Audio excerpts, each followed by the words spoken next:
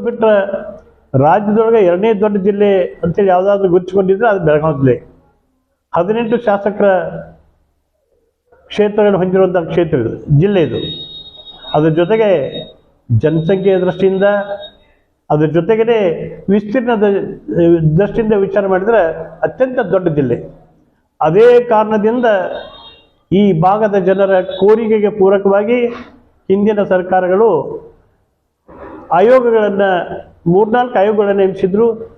ಆ ಎಲ್ಲ ಆಯೋಗಗಳು ಸಹಿತ ಬೆಳಗಾವಿ ಜಿಲ್ಲಾ ದೊಡ್ಡದಿದೆ ವಿಸ್ತೀರ್ಣದಿಂದ ಮತ್ತು ಜನಸಂಖ್ಯೆಯಿಂದ. ಅದಕ್ಕೆ ಈ ಜಿಲ್ಲೆಯ ವಿಭಜನೆ ಕೂಡಲೇ ಆಗಬೇಕನ್ನುವಂಥ ಮನೋಭಾವನೆಯನ್ನು ವ್ಯಕ್ತಪಡಿಸಿ ಅದಕ್ಕೆ ಪೂರಕವಾದಂಥ ವರದಿಗಳನ್ನು ಕೊಟ್ಟಿದ್ರು. ಮತ್ತು ಯಾವ್ಯಾವ ಕ್ಷೇತ್ರಗಳು ಸ್ಥಳಗಳು ಜಿಲ್ಲಾ ಕೇಂದ್ರ ಆಗಬೇಕನ್ನುವಂಥ ಒಂದು ವರದಿಯನ್ನು ಕೊಟ್ಟಿದ್ದರು.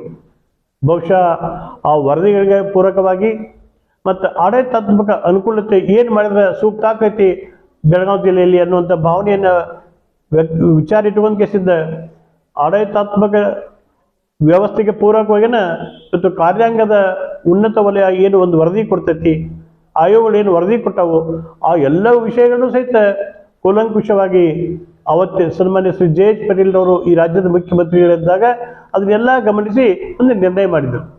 ಬೆಳಗಾವಿ ಜಿಲ್ಲೆಯನ್ನು ಗೋಕಾಕ್, ಚಿಕ್ಕೋಡಿ ಮತ್ತು ಬೆಳಗಾವಿ ಈ ರೀತಿ 3 ಜಿಲ್ಲೆಗಳನ್ನಾಗಿ ವಿಂಗಡಿಸಿದ್ರು.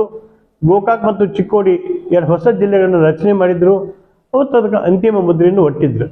ಆದರೆ ಕಾರಣಾಂತರಗಳಿಂದ ಆದಂಥ ಘಟನಾವಳಿಗಳಿಂದ ಅಥವಾ ಸರ್ಕಾರ ಮಟ್ಟದೊಳಗೆ ಶಾಸಕಾಂಗದೊಳಗೆ ಒಂದು ರಾಜಕೀಯ ಇಚ್ಛಾಶಕ್ತಿಯ ಕೊರತೆಯಿಂದ ಅವತ್ತು ಆ ಆದೇಶ ಸ್ಥಗಿತಗೊಂಡಿತು.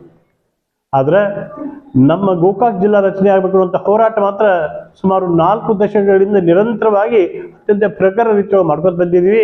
ಬಹುಶಃ ಒಂದು ಸಮಯ ಇತ್ತು ಗೋಕಾಕದ ಜಿಲ್ಲಾ ರಚನೆಯ ಹೋರಾಟ ಇಡೀ ರಾಜ್ಯದ ರಾಷ್ಟ್ರದ ಗಮನ ಸೆಳೆದಿತ್ತು.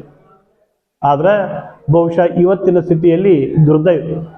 ಯಾಕಂದರೆ ನಮ್ಮ ಜಿಲ್ಲೆಯ ಸಚಿವರು ಮತ್ತು ಶಾಸಕರುಗಳು ತಮ್ಮ ರಾಜಕೀಯ ಇಚ್ಛಾಶಕ್ತಿಯನ್ನು ಪ್ರದರ್ಶನ ಮಾಡಬೇಕಾಗತ್ತೆ.